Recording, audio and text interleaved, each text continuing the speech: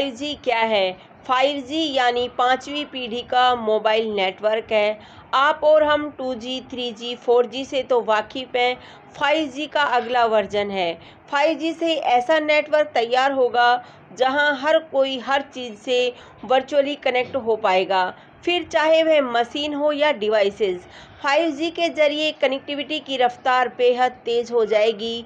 10 GB पर second की speed से कुछ भी डाउनलोड कर सकेंगे। इसमें लेटेंस बेहद कम होगी, नेटवर्क कैपेसिटी ज़्यादा होगी। भारत में कहां तक पहुंचा? डिपार्टमेंट ऑफ टेलीकम्युनिकेशन ने 5G ट्रायल स्पेक्ट्रम अलॉट कर दिया है। इससे रिलायंस जियो, भारती एयरटेल और वोडाफोन आइडिया के लिए रास्ता साफ हो गया है। जियो और एयरटेल के पास पहले से 5G रेडी नेटवर्क्स हैं। हालांकि अभी तक 5G ट्रायल शुरू नहीं हो सके हैं। भारत के लिए क्यों ज़रूरी है 5G टेक्नोलॉजी?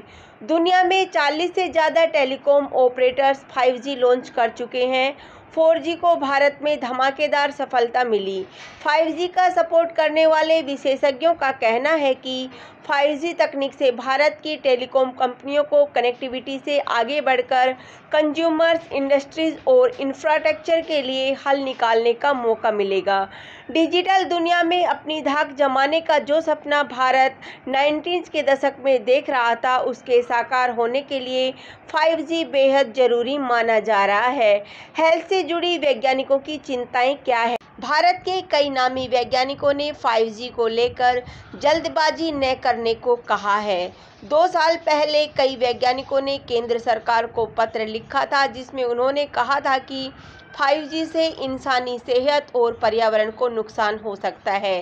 वैज्ञानिकों का कहना था कि 5G से पहले विस्तार से रिसर्च की ज़रूरत है, क्योंकि रेडिएशन का असर अक्सर देर से दिखता है। उन्होंने कहा था कि अगर इसे इंसानों के लिए सुरक्षित मान लिया भी जाए तो भी पेड़ पौधों पर इसके असर पर ढेर सारी रिसर्च होनी चाहिए। WHO की 5G को लेकर क्या राय? विश्व स्वास्थ्य संगठन के मुताबिक अभी तक की रिसर्च में वायरलेस तकनीकों का सेहत पर कोई दुष्प्रभाव सामने नहीं आया है। 5G इंफ्रास्ट्रक्चर से जो एक्सपोजर होता है वह 3.5 गीगाहर्ट्ज़ के बराबर होता है।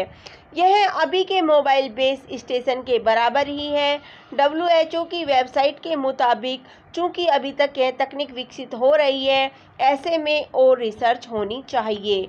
5G से हेल्थ को खतरा नहीं। भारत के मशहूर टेक एक्सपर्ट्स में से एक IIT कानपुर के डायरेक्टर अभय करंदीकर के मुताबिक RF रेडिएशन से स्वास्थ्य पर किसी तरह के दुष्प्रभाव की बात किसी रिसर्च में सामने नहीं आई है। उनके मुताबिक 5G को अलग अलग स्पेक्ट्रम बैंड्स में डिप्लॉय किया जाएगा। मशहूर बैंड्स कम फ्रीक्वेंसी वाले होंगे। हाई फ्रीक्वेंसी रेंज वाले बैंड्स की कवरेज छोटी होगी और उनकी रेडिएशन पावर भी सीमा के भीतर होगी। करंदीकर के मुताबिक 5G से सेहत को लेकर ज़्यादा चिंता की ज़रूरत नहीं है। 5G का पर्यावरण पर कैसा असर? यूनिवर्सिटी ऑफ वाशिंगटन पर छपे एक लेख के मुताबिक 5G से निश्चित तौर पर दुनिया भर में ऊर्जा का इस्तेमाल बढ़ेगा।